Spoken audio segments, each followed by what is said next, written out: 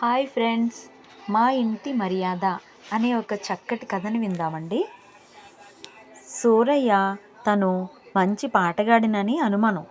అతడు ఒక రోజున దారిన పోతున్న దానయ్యను ఆపి ఒక పాట పాడి వినిపించి, పాట ఎలా ఉందయ్యా అని అడిగాడు. తమరి ముక్కు చాలా బాగుందండి అన్నాడు దానయ్య. పాట గురించి అడిగితే ముక్కు గురించి చెప్తావేంటయ్యా అన్నాడు సూరయ్య ఆశ్చర్యంగా. అది మా ఇంటి మర్యాదండి అన్నాడు దానయ్య. ఇదేం మర్యాద? పాట ఎలా ఉందని అడిగితే ముక్కు బాగుందని చెప్పడంలో మర్యాద ఉందా అని అడిగాడు సూరయ్య రవ్వంత కోపంగా.